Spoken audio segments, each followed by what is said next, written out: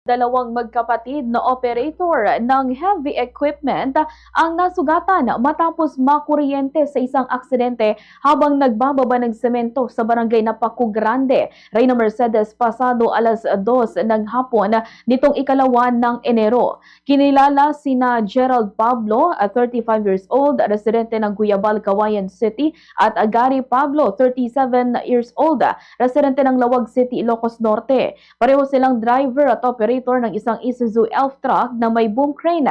Sa panayam ng Bombo Radyo Cauayan kay Police Captain Jeremiah Venegas, ang Deputy Chief of Police ng Reyna Mercedes sa Police Station, ino-operate umano ni Gerald ang boom ng truck upang ilipat ang kargang semento ng aksidenteng masagi nito ang isang live na kable ng kuryente. Dahil dito parehong nakuryente ang magkapatid, kabilang si Gary na nasa tabi ng truck sa oras ng insidente.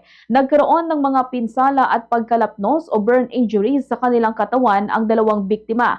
Agad silang isinugod sa isang pribadong ospital sa Cauayan City sa tulong ng MDRRMO Rescue Team, Bureau of Fire Protection of BFP at PNP Reyna Mercedes.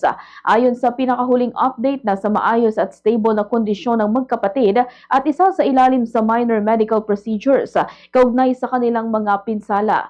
Pansamantalang itinigil ang operasyon at inilipat na lamang ang kargang semento sa iba pang truck sa tulong ng mga otoridad upang maiwasan ang karagdagang aksidente.